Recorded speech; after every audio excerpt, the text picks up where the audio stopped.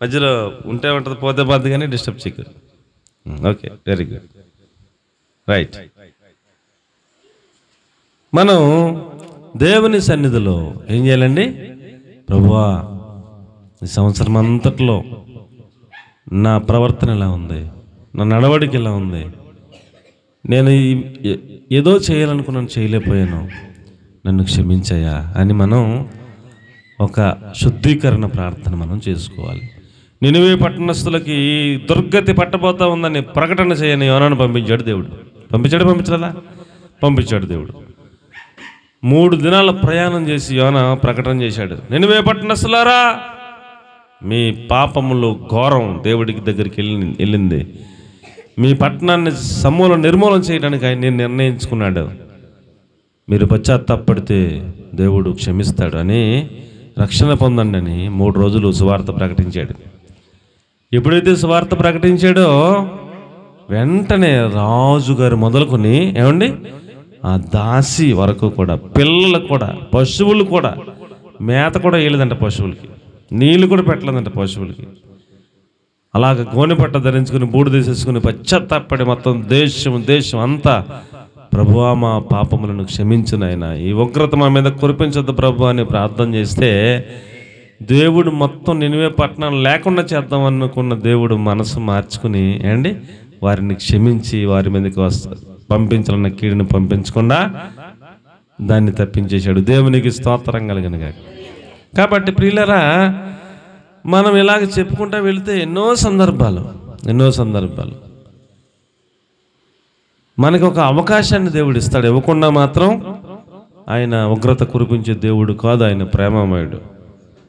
2024 సంవత్సరం అంతట్లో మనము లెక్కలు అన్నీ ఒకసారి చూసుకుని ఆ యొక్క బెల్షస్సరు చేసినట్లుగా మనం చేయకుండా, ప్రభువా పొరపాటు అయిపోయింది క్షమించయ్యా, ఈ నూతన సంవత్సరంలో నీ కొరకు బ్రతుకుతాను ప్రభు అని ఒక తీర్మానంతో మనం కొత్త సంవత్సరంలోకి అడుగు పెట్టడానికి ప్రయత్నం చేయాలని ప్రభు పేరట మీ అందరికీ కూడా మనం చేస్తూ ఉన్నాను.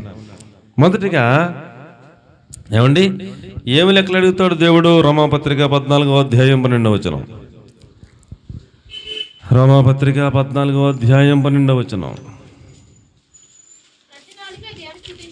ప్రతి నాలుక దేవుని స్తుతించును అని ప్రభువు చెబుతున్నాడు అని వ్రాయబడి ఉన్నది కనుక మనలో ప్రతివాడును తన్ను గురించి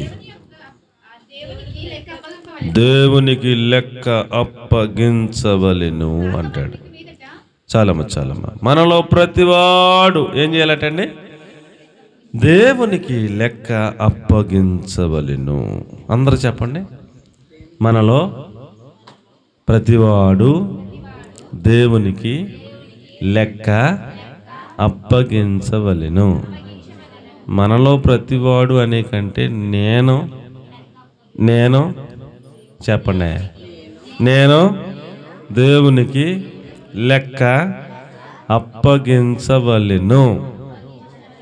ఆ మాత్రం స్పృహ ఉంటే, ఆ మాత్రం ఆలోచనతో మనం బ్రతికితే ఏమండి, లెక్క అప్పగించాలి అన్న పాయింట్ మైండ్లో ఉంటే చాలా జాగ్రత్తగా ఉంటాం. ఒక యజమానుడు ఏమండి ఒక 1000 రూపాయలు ఇచ్చి ఒక లిస్ట్ ఇచ్చి ఈ సరుకులన్నీ తెచ్చిపెట్టినానా అని అడిగాడు అనుకోండి, ఈ తెమ్మన్న ఓడికి ఆయన లెక్క అడుగుతాడన్న పాయింట్ తెలుస్తాడు. జాగ్రత్తగా ప్రతి చోట బిల్లు తీసుకుంటాడు. అవునా కదా? ఈ పాయింట్ తెల్లోడు అన్నీ కొనేస్తాడు, బిల్లు ఏముండదు, వచ్చి అయిపోయి అంటాడు. ఎలాగ అయిపోయింది చెప్పరంటే ఇడికి బొరపాడైపోద్ది, ఎక్కడెక్కడ ఏమి ఇచ్చాడు అప్పుడే మర్చిపోతాడు, ఏమీ చెప్పలేడు. ఇప్పుడు నిజంగా ఖర్చు అయింది తినేసాడో లేదో కూడా పాయింట్ తెలదు. లెక్క అప్పగించాలన్న పాయింట్ తెలిసినోడు ఏం చేస్తాడు? కూరగాయలు కూడా ఎంత రాజ్యం అంటాడు, లిస్ట్ ఎక్కడికి వెళ్తే అక్కడే చీటీ ఉంటుంది, ఎక్కడికి వెళ్తే అక్కడే రిసిప్ట్ ఉంటుంది. ఆయన అడుగుతాడండి తెలిసి ముందే ఎన్ని రాయించుకొచ్చి, నానా అయిపోయినాయా అనగానే ఇదిగోండి అయ్యారు అని మొత్తం లిస్ట్ అంతా పిన్ను పెట్టి ఇస్తే మొత్తం అన్నీ వేసుకుని పేపర్ కూడుకుంటే లెక్కలు తేలిపోతాయి. ఇదిగోండి అని చేతిలో పెడితే 10 రూపాయలు మిగిలితే 10 రూపాయలు లెక్కలు చూసుకుని కరెక్ట్ సరిపోతే షాబాష్, బలా నమ్మకమైన మంచి దోసుడు అనిపించుకునేలాగా ఉండాలి, లెక్క చెప్పాలి. మరి ఏదో దేవుడు ఇచ్చాడు కదండి, మరి జీవితం మరి ఏదో బతికేస్తున్నామండి, మరి పగలంతా తింటున్నామండి, మరి తాగుతున్నామండి, రాత్రులు పడుకుంటున్నామండి, ఏదో గడిచిపోతుందండి అలాగా అంటే కుదరదు. లెక్కలు కరెక్ట్గా ఉండాలి. ప్రతివాడు తనను గురించి దేవునికి ఏం చెప్పాలండి?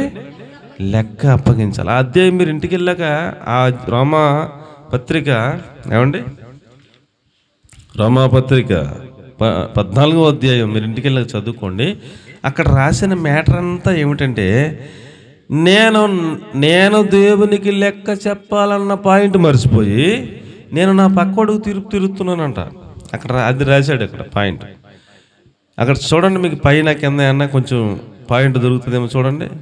నీ సహోదరునికి తీర్పు తీర్చనేలా, నీ సహోదరుడికి ఆటంకమైనను అడ్డమైనను కలుగజేయకుందుమని సమాధానముగా ఉండాలని, పరస్పర క్షేమాభివృద్ధి కలుగ చెయ్యి వాటి మీదే దృష్టి పెట్టాలని, ఇలాంటి పదాలన్నీ చెప్తాడు. ఏమండి, ఏం చెప్పాడండి అమ్మా? ఏం చెప్పాడు? తీర్పు తీర్చనేలా, నిరాకరింపనేలా, మనమందరము నిలుతుము, నా తోడు ప్రతి మోకాలు ఆయన ఎదుట వంగాల, స్తుతించును చెబుతున్నాడు అని వ్రాయబడి ఉన్నది. కాబట్టి నీవు అమ్మ నా వైపు చూడండి, నీవు నేను నా జీవితం గురించి లెక్కలు అప్పచెప్పాలన్న పాయింట్ మర్చిపోయి ఆవిడ అలాగండి, ఆవిడ ఎలాగండి, ఈవిడ అలాగండి, ఆవిడ చాలా దుర్మార్గం అండి, ఈవిడ చాలా బూతులాడుతుందండి, ఆవిడ చాలా పాపిస్తుందండి, ఇవన్నీ నీకెందుకు? ఏమండి, ఈ సంవత్సరం అంతా నీ గొడవేటమ్మా అని ఆయన అడుగుతుంటే నువ్వు తీర్పు నీకు లెక్కలు అడుగుతాడనేమో దేవుడు ప్రశ్నిస్తూ ఉంటే నీ లెక్క చెప్పమ్మా అంటే, మరి సంవత్సరం అంతా ప్రభువా ఇద్దరు దేవాలయంకి వచ్చారంట. ఏమండి, ఎవరు వచ్చారు? ఇద్దరు దేవాలయంకి వచ్చారు. ఒక ఆయన పరిసయుడు భక్తిపరుడు, ఒక ఆయన సొంకరి. అతనికి పెద్ద భక్తి అనేది తెలవదు. పరిసయుడు మందిరం లోపలికి వచ్చాడు, సొంకరేమో గుమ్మం కాడ ఉన్నాడు. లోపలికి కొత్త కూడా గుండి ధైర్యం సరిపోతలేదు అతనికి బయట ఉన్నాడు. ఇతను లోపలికి వచ్చి ప్రార్థన చేస్తూ అంటాడు, ప్రభువా వారమునకు 2 మార్లు ఉపవాసం అంటున్నాను, దశమభాగం చెల్లిస్తున్నాను, పుదీన సదాప అన్నింటిలో దశమభాగం ఎత్తున్నాను, భక్తి కలిగిన వాడిని, అన్ని రకాలుగా నీ ఆజ్ఞల్ని పాటిస్తూ ఉన్నవాడిని, నా అంత భక్తి పరులు లేడు, ఇలాంటి సుంకరి వలె ఉండనందుకు నీకు స్తోత్రములు అన్నాడంట. ఇప్పుడు ఈడి గోడ వీడి చెప్పుకుంటాం మానేసి ఆఖరిలో ఏం పెట్టాడు పాయింట్? ఈ సుంకరి వలె ఉండనందుకు నీకు స్తోత్రములు అన్నాడు.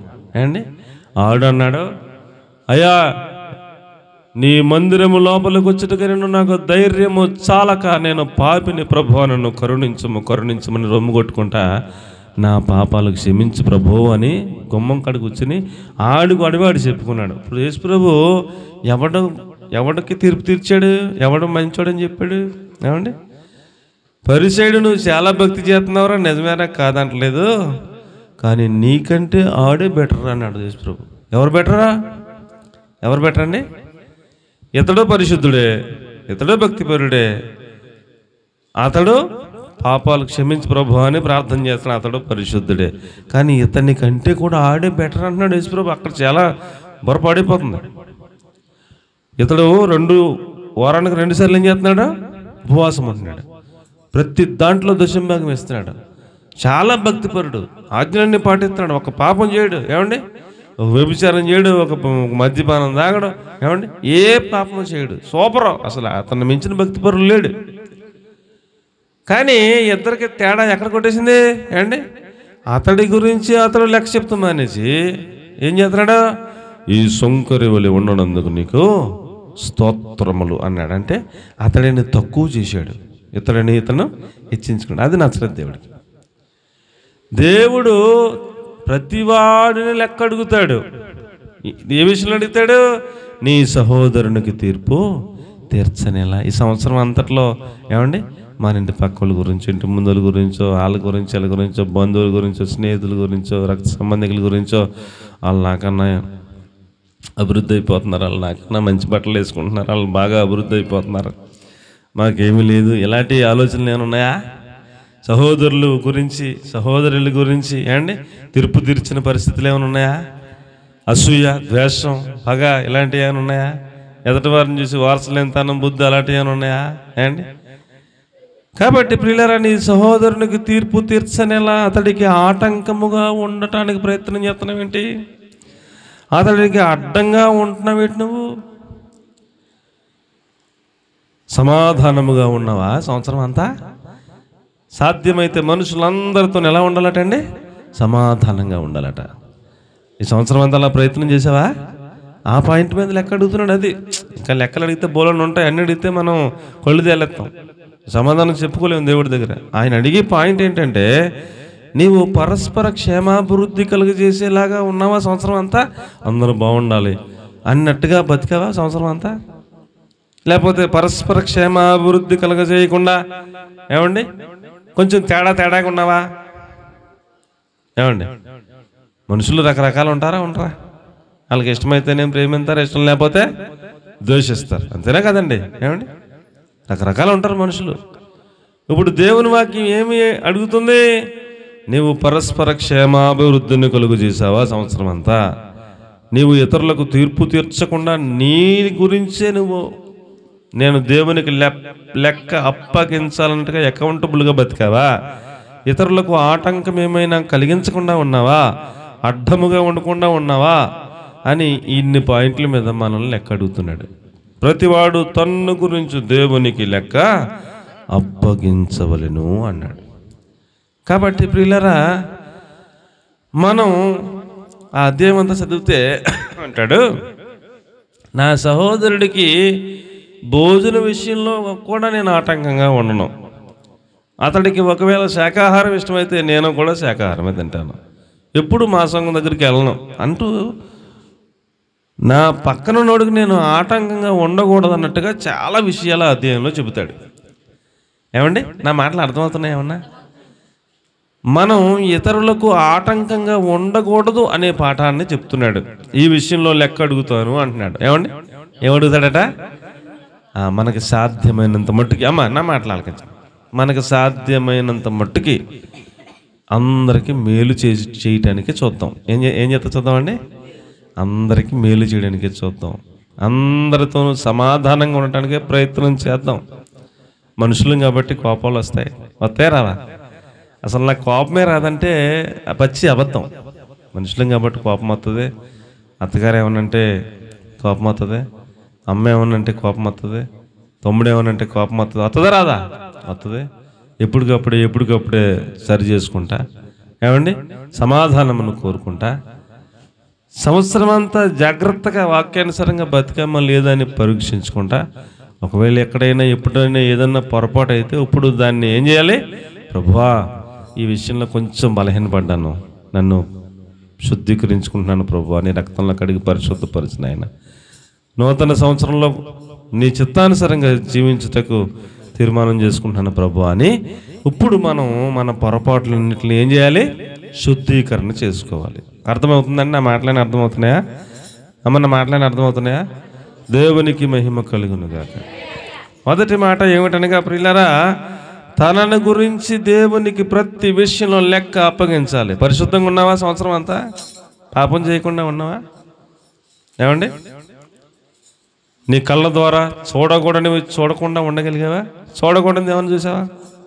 ఏమండి మొన్న మేము కరపత్రికలు ఇవ్వటానికి అలా తిరుగుతూ ఉన్నాం ప్రతి వీధిలో. అమ్మ క్రిస్మస్ రండి అని ఒక ఇంటి దగ్గరికి వెళ్ళేసరికి ఎక్లెస్గా సినిమాటిక్ చూస్తున్నారు. అలా అమ్మ వందనాలంటే వచ్చి వందనాలని అంటున్నారు. ప్రార్థనకి వెళ్ళి బెచ్చి ఎక్లెస్గా చూస్తున్నారు తల్లి పిల్లని. మీరు ఏం చేయాలి ఇంకా? ఏమండి భయం లేదు, భయం లేదు. చర్చిలోకి వచ్చి చక్కగా ముసుగేసుకుంటారు, పరిశుద్ధుల్లాగా తెల్ల బట్టలు వేసుకొని మంచిగా పాటలు పాడతారు, ఇంటికి వెళ్ళాక ఎక్లెస్గా పెట్టుకుని చూస్తారు, భయం లేదు. కాబట్టి ప్రియులారా, సంవత్సరం అంతా పరిశుద్ధత కాపాడుకున్నావా? కళ్ళను కాపాడుకున్నావా? చెవులను కాపాడుకున్నావా? నోరుని కాపాడుకున్నావా? ఏమండి బూతులు ఆడకుండా, సరస్వక్తులు ఆడకుండా, ఎలా కొరలు చేయకుండా, ఎటకరలు ఆడకుండా ఏమండి కాపాడుకున్నావా? నిన్ను గురించి లెక్క అడిగితే ఎన్ని పాయింట్లు దొరికేస్తావు? మొదటిగా మనలో ప్రతి వాళ్ళం ఒక్కొక్కళ్ళం నా గురించి నేను దేవునికి లెక్క అప్పగించాలి అన్న స్పృహతో మనం ప్రార్థన చేసుకుందాం ఈ పూట. ఏమండి కొద్ది సమయం తర్వాత రెండో పాయింట్ చూడండి. రెండో పాయింట్లో ఏమంటాడు? లోకాసు వార్త 16:2. లోకాసువార్త 16:2 గృహ నిర్వాహకత్వపు లెక్క అప్పగించుము అంటాడు. అతడు వారిని పిలిపించి నిన్ను గుర్చి, నేను వినుచున్న ఈ మాట ఏమిటి? నీ గృహ నిర్వాహకత్వపు లెక్క అప్పగించుము. నీవు ఇక మీదట గృహ నిర్వాహకుడివై ఉండవలదు అని చెబుతున్నాడు. ఏమండి? గృహము అనండి ఏంటండి? ఒక గృహం మీద ఇతగాడిని పెట్టాడు యజమాని, అంటే యేసుప్రభు. పెట్టి అప్పచెప్పాడు ఆ గృహాన్ని. ఇతడి గురించి రిపోర్ట్ వెళ్ళింది యజమానికి. ఆడు అంతా కూడా అన్యాయంగా పరిపాలన చేస్తున్నాడా, గృహాన్నే తప్పుడుగా వ్యవహారం చేస్తున్నాడు, నీ ఆస్తి పాడు చేస్తున్నాడు అని చెప్పేసి రిపోర్ట్ వెళ్ళింది యజమానికి. యజమాని వచ్చాడు, నీ గృహ నిర్వాహకత్వపు లెక్క అప్పచెప్పురా అని అడిగాడు. ఆడు ఏం చేస్తున్నాడు? యజమానికి ఎవడెవడు అప్పు ఉన్నాడు ఆడి దగ్గరికి వెళ్ళి, రే నువ్వు యజమానికి 100 రూపాయలు ఇవ్వాలి కదా, 50 ఇవ్వాలని రాసుకో సీటు మీద, నేను సంతకం పెడతాను. అలాగే ప్రతి ఓడికి అలా రాసేసాడు. అంటే ఇప్పుడు యజమానికి 50, మిగిలిన 50 ఎవడికే? వీడికి అనమాట. ఈ ఉద్యోగంలో తీసేస్తాడని తెలిసిడికి, తీసేస్తే బయటికి వెళ్ళి బతకొచ్చని వీడంతా రాంగ్ అనమాట అండి. గృహ నిర్వాహకత్వపు లెక్క అప్పచెప్పమంటున్నాడు. ప్రియులరా, దేవుడు నిన్ను ఒక తల్లిగా పెట్టాడు. అమ్మా నా వైపు చూడండి, నిన్ను ఒక తల్లిగా పెట్టాడు. నీకు ఒక కుటుంబాన్ని ఇచ్చాడు, భర్తనిచ్చాడు, బిడ్డలను ఇచ్చాడు, నీ ఇంటిని పరిపాలన చేసే అధికారం నీకు ఇచ్చాడు. నీ ఇంటిని గురించి లెక్క అప్పచెప్పని అడుగుతున్నాడు. మొదటగా నీ గురించి లెక్క అడిగాడు. తర్వాత ఏమడుగుతున్నాడు? నీ గృహ నిర్వాహకత్వపు లెక్క చెప్పమంటున్నాడు. నీ ఇంటిని గురించి లెక్క చెప్పంటున్నాడు. నీ పిల్లల గురించి రోజు చేతులెత్తి ప్రార్థన చేస్తున్నావా? అమ్మా మాట్లాడతలేదేంటి, మౌనంగా ఉన్నారేంటి? మీ పిల్లల గురించి రోజు చేతులెత్తి ప్రార్థన చేస్తున్నారా? రోజు బిడ్డల గురించి, భర్త గురించి రోజు దేవుని సన్నిధిలో సమయం గడుపుతున్నారా? దేవుడు మీకు ఇచ్చిన ప్రతి రూపాయి దేవుని చిత్తానుసారం ఖర్చు పెడుతున్నారా? ఏమండి? నేను ఈరోజు ఉదయమే చాలా బాధపడ్డాను. ఉదయం 6 గంటలకు 6:30కు బయటకు వస్తున్నాను. నేను వస్తుంటే ఒక తండ్రి ఒక కుమారుడు ఇద్దరు కూడా అప్పటికే 6:30కే పుల్లైపోయి తండ్రి కొడుకు కూడా ఎలగలగంటే నేను నడుచుకుంటూ వెళ్తుంటే డౌట్ వచ్చి నాకు కొంచెం అలా దాటిన తర్వాత కొంచెం ముందుకు వచ్చాక ఇంకొకడిని నాకు తెలిసినోడిని, రే లక్ష్మణ్ వాళ్ళిద్దరూ తండ్రి కొడుకులు కదా అని అడిగాను. అవునురా అన్నాడు. తండ్రి కొంచెం ఏదో అనుకున్నాను, కొడుకు కూడా తేడాగా ఉన్నాడు ఎటురా అని అడిగాను. అప్పుడు చెప్తున్నాడు, ఇద్దరు కూడా వచ్చారు పొల్లుగా తాగేసి వెళ్తున్నారని చెప్తున్నాడు. ఏమండి? తండ్రి తాగితే తండ్రిని తీసుకెళ్తాక రావాలి కొడుకు అన్నవాడు. ఏమంటారా? ఏమండి? తండ్రి పడిపోతాడేమో అని తండ్రిని తీసుకెళ్తాక రావాలి. ఇద్దరు తాగేసి ఇద్దరు తోలుకుంటూ వెళ్తున్నారంట. ఆడు కొడుకు ఇంకా పెళ్ళి అవ్వలేదు, ఆడికి 20 సంవత్సరాలు కూడా ఉండవేమో, చిన్నపిల్లడాడు. అలాగ అయిపోయింది లోకం. చాలా దారుణంగా ఉందండి. అసలు ఆ వయసు పరిస్థితి ఏమి లేదు, ఇక చాలా దారుణంగా ఉంది. వాళ్ళని చూసి నాకు చాలా బాధ అయిపోయింది. పిల్లవాడి తాగితే తండ్రి మందలించాలి, తండ్రి తాగితే కొడుకు మందలించాలి, ఇద్దరు కలిసి తాగితే ఎవడు మందలిస్తాడా? ఏమండి? నీ గృహ నిర్వాహకత్వపు లెక్క చెప్పరని అడుగుతున్నాడు దేవుడు. నీకు కష్టపడతాను, ఓపిక ఇచ్చాను, బలం ఇచ్చాను, శక్తి ఇచ్చాను, పనికి వెళ్తున్నావు, వచ్చేసే డబ్బులన్నీ ఎక్కడ ఖర్చు పెడుతున్నారు అని అడుగుతున్నాడు దేవుడు. ఎక్కడ ఖర్చు పెడుతున్నారండి? ఏమండి? చాలామంది ఈ సెంటర్లో ఖర్చు పెడుతున్నారు, కొంతమంది ఏమో వేరే ఇళ్ళకడ ఖర్చు పెడుతున్నారు, రకరకాలుగా ఖర్చు పెడుతున్నారు. ఇవన్నీ లెక్కలు అడుగుతాడు దేవుడు. నీకు దేవుడిచ్చిన ప్రతి రూపాయి ఎలా ఖర్చు పెడుతున్నావు? నీకు ఇచ్చిన సంపాదన వృధా చేస్తున్నావా, వ్యర్థం చేస్తున్నావా? ఇది దేవుడిచ్చిన ప్రతి రూపాయి లెక్క చెప్పాలన్నట్టుగా అవసరాలకే జాగ్రత్తగా వాడుతున్నావా? విలాసాలకి వాడకూడదు. ఏండి? విలాసాలకు వాడకూడదు. అత్యవసరాలకి మొదట ప్రాధాన్యత ఇవ్వాలి, తర్వాత అవసరాలకు ప్రాధాన్యత ఇవ్వాలి. విలాసాల వరకు పోకూడదు. దేవుడిచ్చిన ప్రతి రూపాయికి దేవుడికి ఏం చెప్పాలి? లెక్క చెప్పాలి. కాబట్టి నీకు ఒక ఇల్లు అప్పచెప్పాను, నీకు గృహాన్ని అప్పచెప్పాను, నీవు నా ఆస్తిని పాడు చేస్తూ ఉన్నావని నాకు రిపోర్ట్ వచ్చింది. నీ గృహ నిర్వాహకత్వపు లెక్క అప్పగించరా అని అడుగుతున్నాడు. కాబట్టి ప్రియులారా, దేవుడు మనకి ఇచ్చినటువంటి ప్రతి దానికి లెక్క అడుగుతాడు. ఒకడికి ఒక తలాంతి ఇచ్చాడంట, ఇంకొకటికి ఒకటే ఇచ్చాడు, ఇంకొకటికి ఒకటే ఇచ్చాడు. మొదటోడు ఒకటి ఇస్తే 10 చేశాడు, రెండోవాడు 1 ఇస్తే 5 చేశాడు, మూడోవాడు అంటాడు, నువ్వు విత్తని చోట కొయ్యవాడవును, చల్లని చోట పంట సమకూర్చుకునేవాడు, కట్టినవని ఎరిగి నువ్వు ఇచ్చిన నాను రుమాల్లో దాచిపెట్టాను లేదా భూమిలో దాచిపెట్టాను అంటున్నాడు. ఆడు నీ మాట చెప్పినా నీకు తీర్పు చెప్తాను అన్నాడు అండి. ఇన్ని చీకట్లో పడేయండి అన్నాడు లేదా? కాబట్టి ప్రియులారా, మనకిచ్చినటువంటి ప్రతి గృహం ఎవరి ఇంటి గురించి ఆలో, నీ భర్త గురించి, నీ బిడ్డల గురించి, నీకు ఇవ్వబడిన ప్రతి దాని గురించి నీ ఇంటి మొత్తం లెక్కలు నువ్వు దేవుడికి చెప్పాలి. ఏముందలే ఏమి లేదనుకోకండి, అన్నీ ఉంటాయి, లెక్కలు ఉంటాయి. నీ ఇంటిని గురించి లెక్క చెప్పాలి. నీ గురించి స్పష్టంగా, భర్త వెళ్ళిపోయాడు బయటికి, పిల్లలు బడికి వెళ్ళిపోయారు, అందరూ బడికి వెళ్ళిపోయారు, నన్ను ఎవరో సొత్తలేదు అని మనం ఒంటరిగా ఉన్నాం. ఆవిడ అలాగే అంటుంది కదా యోసేపుతో, ఏమంటుంది? పోతిఫర్ భార్య, నా భర్త లేడు, పని వాళ్ళు ఎవరు లేరు, నువ్వు నేను తప్ప ఎవరు లేవు ఇంట్లో, ఎవడు సొత్తలేదు, ఏం పర్లేదు, ఎవరికే తెలవదు, పాపం చేసేద్దాం అని అంటుంది. యోసేపు చాలా చక్కగా చెప్పాడు, ఎవరు లేరని మీరు అనుకుంటున్నారు, నా దేవుడు నన్ను చూస్తూ ఉన్నాడు, నేను ఇటు ఘోర దుష్కార్యముని ఎట్లు చేయుదునని ఆమె చేతిలో ఉన్న వస్త్రాన్ని ఆమె చేతిలో వదిలి పారిపోయాడు. కాబట్టి ప్రియులరా, దేవునికి లెక్క చెప్పాలన్న భయం ఉన్నవాడు అలాగ ఉంటాడు, భయం లేనివాడు బరి తెగించి తిరుగుతాడు అండి. కాబట్టి మనం వ్యక్తిగతంగా లెక్క చెప్పాలి, తర్వాత గృహ నిర్వాహకత్వపు లెక్క చెప్పాలి. అర్థమైన వాళ్ళందరూ దేవునికి స్తోత్రం చెప్పండి. ఆయన ఇస్తున్న ప్రతీది పాడు చేయకుండా కుటుంబాన్ని ఏమండి బిడ్డలను కట్టాలి. ఇవాళ రోజుని కొడుకు తాగిపోతాడంటే కారణం ఎవరు చెప్పండి? ఎవరు చెప్పండి? ఏమండి ఎవరు కారణం ఎవరవుతారు చెప్పండి? చిన్నప్పటి నుంచి ఆ బిడ్డ గురించి ప్రార్థన చేయరు తల్లిదండ్రులు, అందుకనే ఆడు పెద్దయ్యాక అలాగవుతాడు. చిన్నప్పటి నుంచి పిల్లల కోసం ప్రార్థన చేస్తే పిల్లలు పాడవుతారా? పాడవరు. కాబట్టి ప్రియులరా, నీ గృహ నిర్వాహకత్వపు లెక్కలు చెప్పు అని అడుగుతున్నాడు.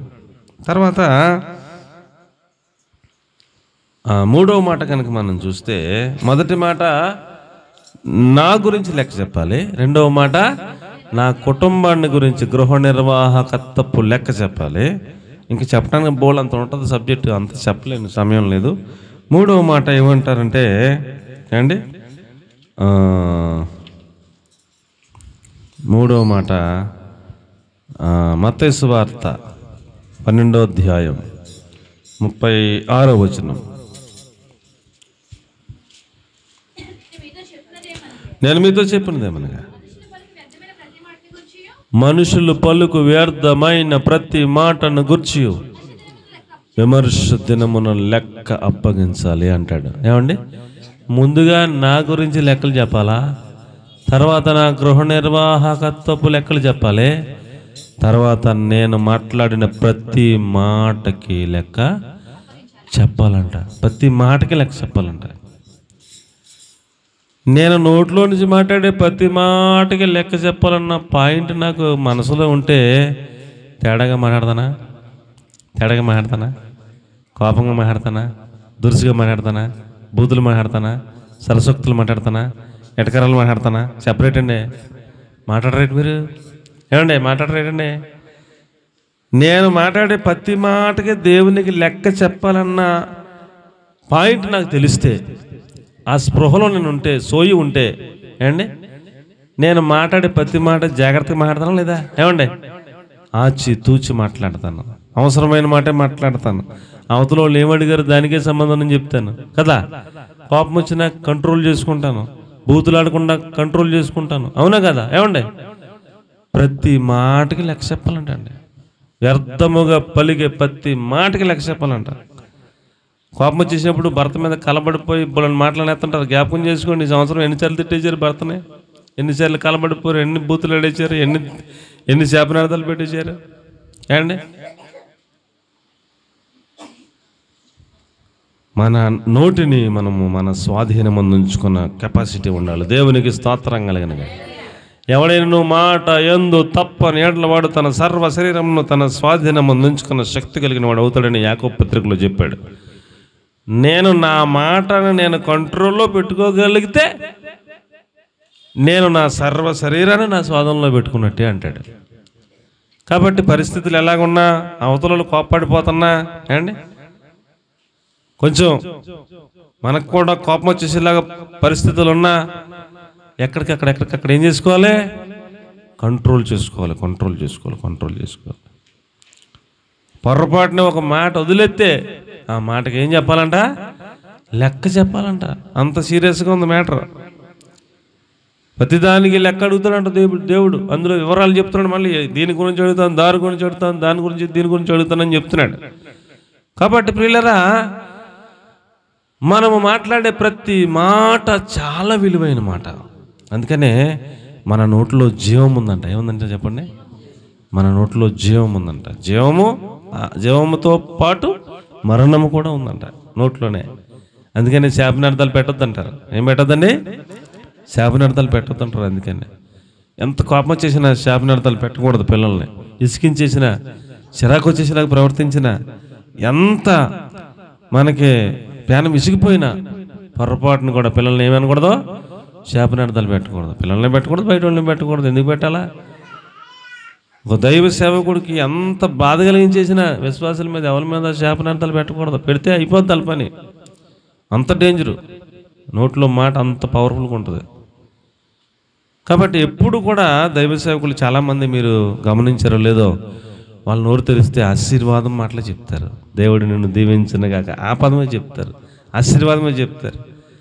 వాళ్ళకి బాధ కలిగించేసినా, కన్నీళ్ళు తెప్పించేసినా, ఇసికించేసినా కూడా వాళ్ళని శపించటానికి నోరు రాదు ముందుకి. శపించకూడదు. అందుకనే మామూలుగా మనుషులందరి నోట్లోనూ జీవం ఉంటుంది, మరణం ఉంటుంది. దైవ సేవకుల నోట్లో ఇంకెక్కువగా వాళ్ళ అన్న మాటను దేవుడు స్థిరపరిచేస్తుంటాడు. అందుకని గబాలను ఏమనకూడదు. ఎవరిని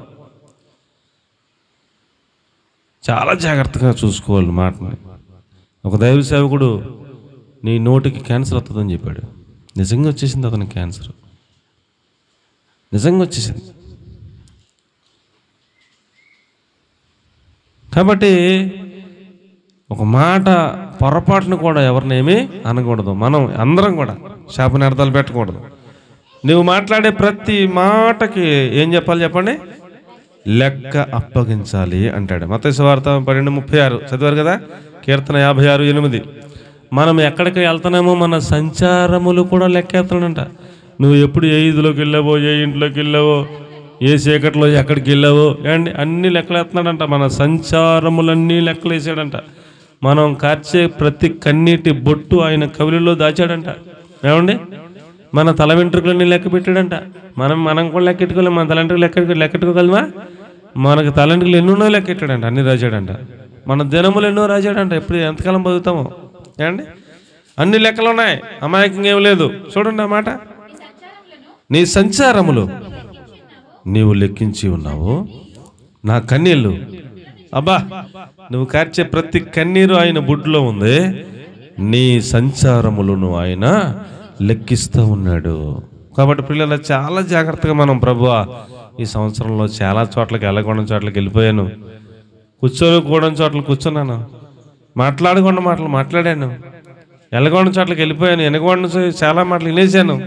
ప్రభువా నన్ను క్షమించయ్యా, మన్నించయ్యా అని మనం శుద్ధీకరణ కూటంగా దీన్ని జాగ్రత్తగా మనం ప్రార్థన చేసుకోవాలని, కొత్త సంవత్సరంలో, నూతన సంవత్సరంలో కడగబడిన ముత్యంలాగా ఆయన కనికరం కోసం వెయిట్ చేసి కొత్త సంవత్సరంలో పరిశుద్ధంగా అడుగుపెట్టాలని, ఆయన అన్ని లెక్కలు అడుగుతాడని ఎరిగి, నినివే పట్టణస్థులు ఎలాగైతే పశ్చాత్తాపడి క్షమాపణ పొందుకున్నారో, ఏమంటే దావీదు గారు ఎలాగైతే పశ్చాత్తాపడి క్షమాపణ పొందుకున్నాడో, పేతురు గారు ఎలాగైతే పశ్చాత్తాపడి క్షమాపణ పొందుకున్నాడో, హిజ్కియా అనే రాజుగారికి యెషయా అనే ప్రవక్త చెప్పాడు, నీ టైం అయిపోయింది, నీ ఇల్లు చక్కబెట్టేసుకో అని చెప్పాడు.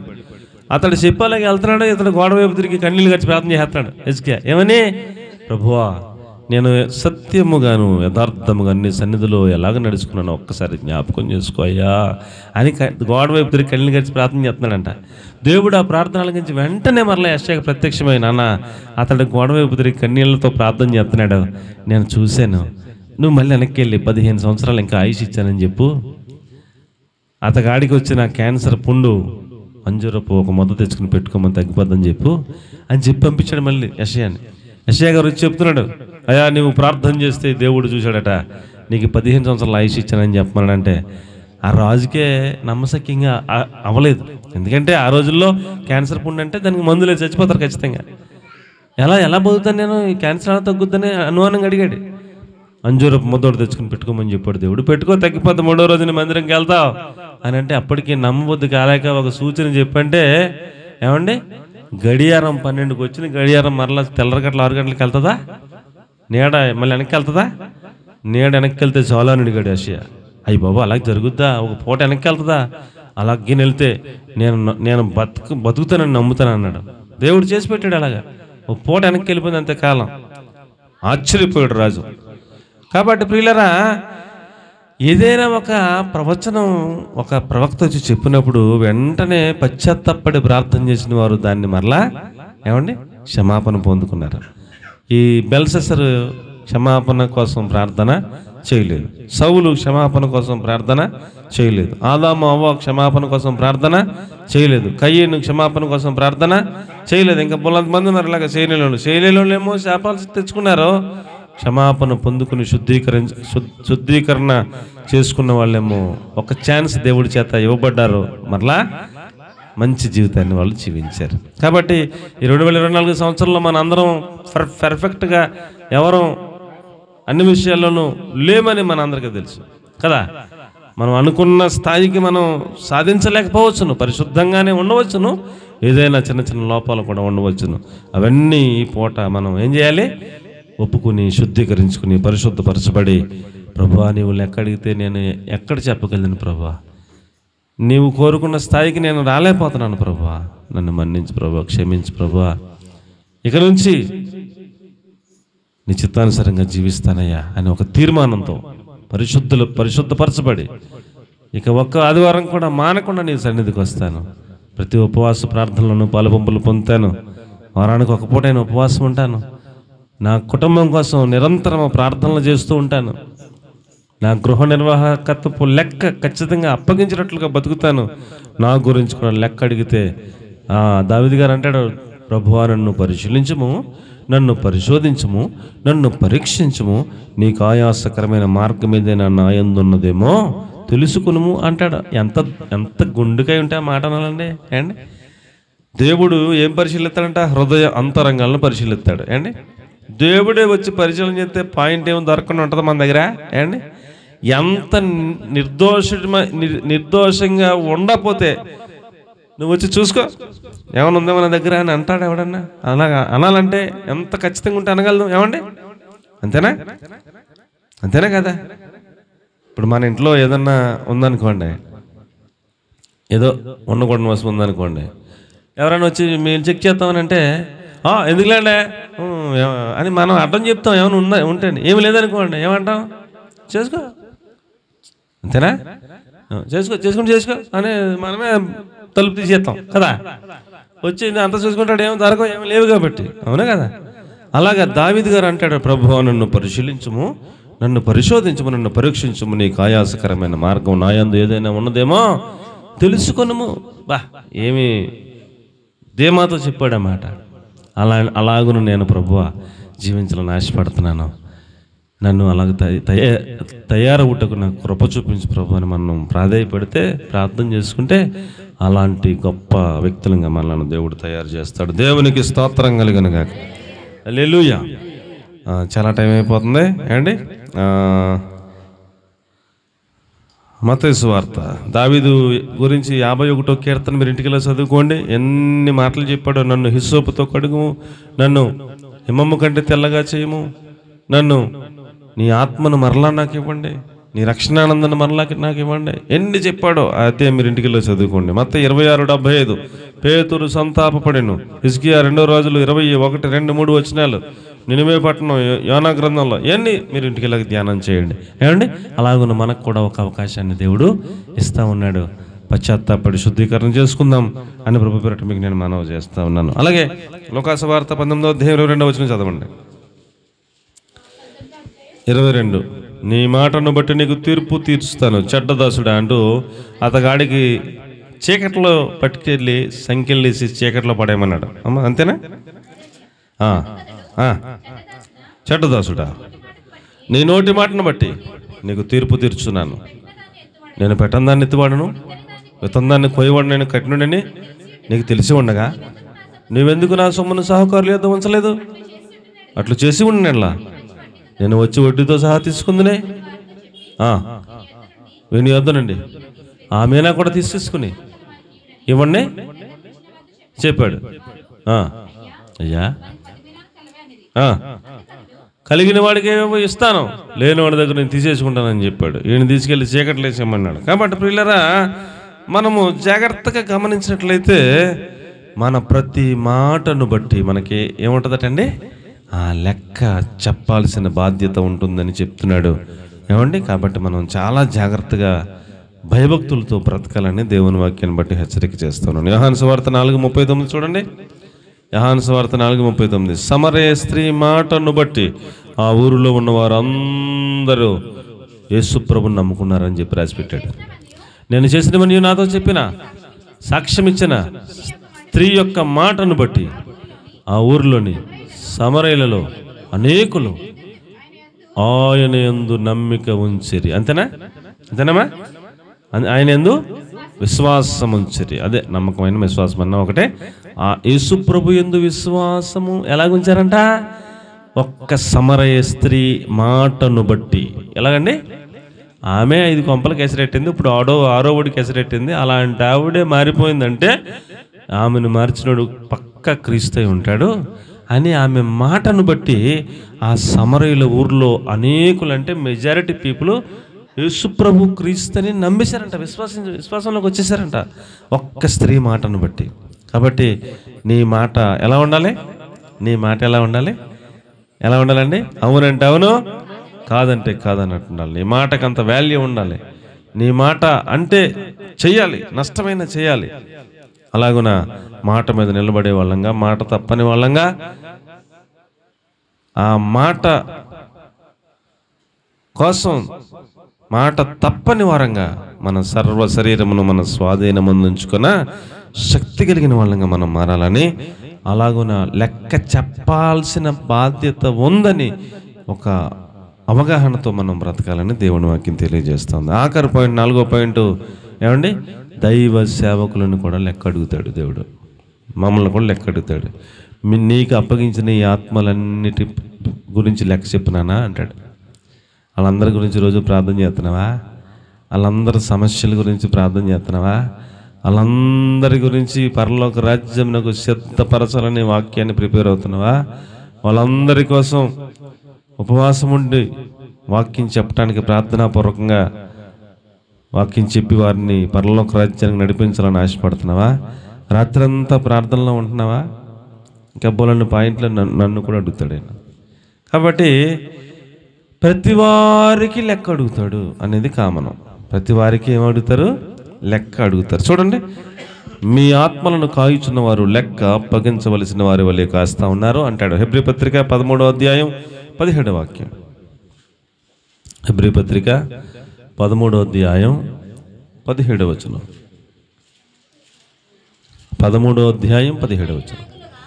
మీ పైన నాయకులుగా ఉన్నవారు లెక్క అప్పగించవలసిన వారి వలె మీ ఆత్మలను కాయుచున్నారు. వారు దుఃఖముతో ఆ పని చేయకుండానట్లు మీకు నిష్ప్రయోజనం కనుక దుఃఖముతో కాక ఆనందముతో చేయనట్లుగా వారి మాట విని వారికి లోబడి ఉండండి అని విశ్వాసులకు చెబుతూ ఈ యొక్క లెక్క మేము కూడా అప్పగించాలి నాన్న అనే ఒక అవగాహన ఆ పౌలు గారు హెబ్రీలకు రాస్తూ చెప్పాడు. అండి ఇప్పుడు విశ్వాసులు ఏం చేయాలంట? దైవ సేవకుడు మా మీద లెక్క అప్పగించవలసిన వాడిగా మమ్మలను కాస్తున్నాడు, మాకు మేత పెడతా ఉన్నాడు, మమ్మలను నీళ్ళ వద్దకు నడిపిస్తూ ఉన్నాడు, మమ్మలను దేవుని రాజ్యానికి సిద్ధపరుస్తూ ఉన్నాడు. అలా సిద్ధపరిచే క్రమంలో ఉపవాసాలు ఉంటున్నాడు, జాగరణలు ఉంటున్నాడు. దేవుని వాక్యాన్ని మాకు ఆ యొక్క ఉపదేశం చేస్తున్నాడు అని ఆయనను ఏడిపించకుండా ఆయన మాట విని ఆయన సంతోషంగా పనిచేసేటట్లుగా, మీకు ఆశీర్వాదకరంగా ఉండేటట్లుగా ఏమండి దైవ సేవకునికి సహకరించండి అంటున్నాడు. కాబట్టి ప్రియులారా, దైవ సేవకుడు కూడా ఏం చేయాలి? లెక్క అప్పగించాలి. అందుకనే భయం, నిద్రపోకుండా బైబిల్ ముందు తీసుకుని గంటలు కూర్చొని రేపు పొద్దున ఏం చెప్పమంటావు ప్రభు అని ఉపవాసం ఉండి భోజనం చేయకుండా ఆయన ఇచ్చిన వర్తమానాన్ని సిద్ధపడి ప్రార్థనాపూర్వకంగా వచ్చి చెప్పడానికి ప్రభు నేర్పిస్తూ ఉన్నాడు. ఏదోటి చెప్పేద్దాంలే అలాగా మనస్తత్వం లేదు. ఎప్పుడైనా ఇంతకాలం నుంచి చెప్పిన వాక్యం చెప్తే ఎప్పుడైనా చూసారా? ఎప్పుడన్నా అలాగే జరిగిందా? చెప్పింది ఎప్పుడైనా చెప్తుంది విన్నారా? అలాగ ఉండదు. ఏ వారానికి ఆ వారం ప్రభు ఫ్రెష్గా ఒక రొట్టి ప్రభు. మన పిల్లలకి, నా పిల్లలు 3 పిల్లలు కదా అండి, ఓ రొట్టి కొనుక్కొచ్చి ఫ్రిడ్జ్లో పెట్టి నెలలు పెట్టి ఇస్తానా? పిల్లలకి తినమని ఇస్తానా? ఒక వారం రోజులు పెట్టి ఇస్తాను, పోనీ తినమని ఇస్తానా? ఆ రోజు తయారైంది ప్రెస్గా ఉందో లేదని అడుగుతాను. మళ్ళీ బేకరీకి అడుగుతారండి. అదే అలా చూస్తారండి, అడగరా ఫ్రెషేనా అడగరా అంటే కొంచెం నిలవదైతే పిల్లలకి మళ్ళీ తేడా వస్తుందని అంత జాగ్రత్తగా ఫ్రెష్ అని అడుగుతాం, వేడిగుందో చూస్తాం. అలాగైతేనే పట్టుకెళ్తాం, పెడతాం కదా. మరి బిడ్డలకి, ఆత్మీయమైన బిడ్డలకి ఫ్రెష్గా పెట్టాలా రొట్టె? లేదా ఎప్పుడుదో చెప్పేస్తే అయిపోద్ది పని. ఫ్రెష్గా పెట్టాలా?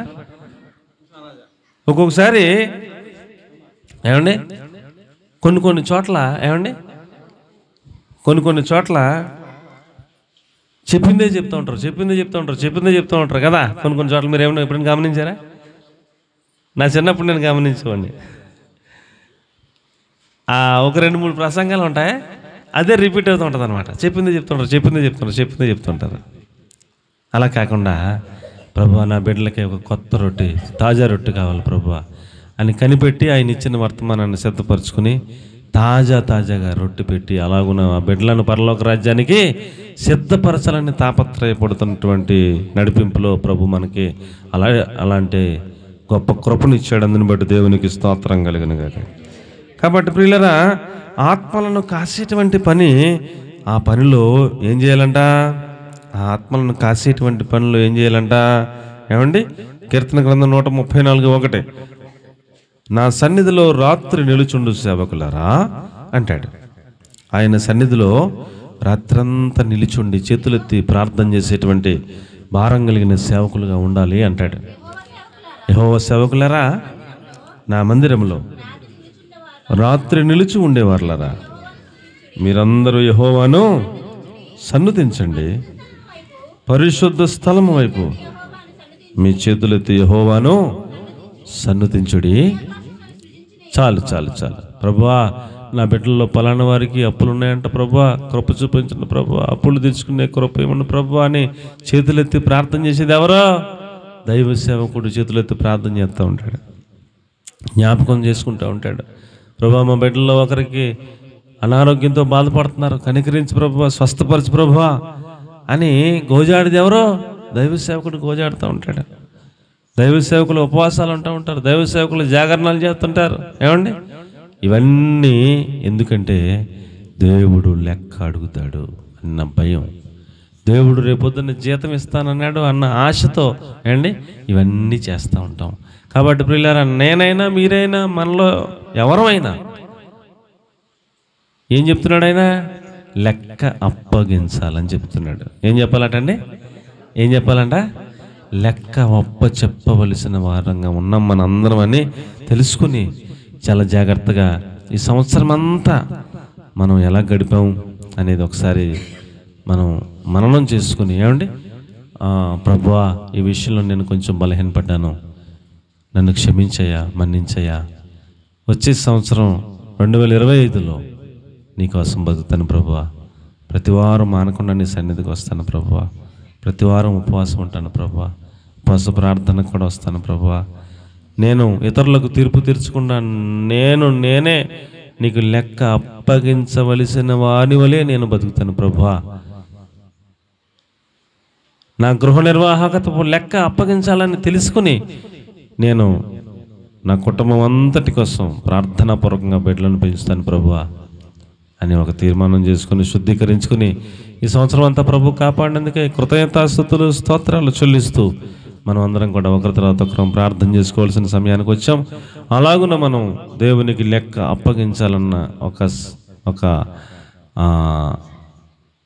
స్పృహతో, ఒక తీర్మానంతో మనం ముందరం కూడా ఒకరి తర్వాత ఒకరు ప్రార్థన చేసుకుందాం, శుద్ధీకరించుకుందాం, పరిశుద్ధపరుచుకుందాం. కృతజ్ఞతాస్తుతులు ఈ సంవత్సరం అంతా కాపాడేందుకే దేవునికి చెబుతూ కొత్త సంవత్సరంలోకి అడుగు పెడదాం. అట్టి కృపదేవుడు మనందరికీ అనుగ్రహించును గాక. ఆమేన్.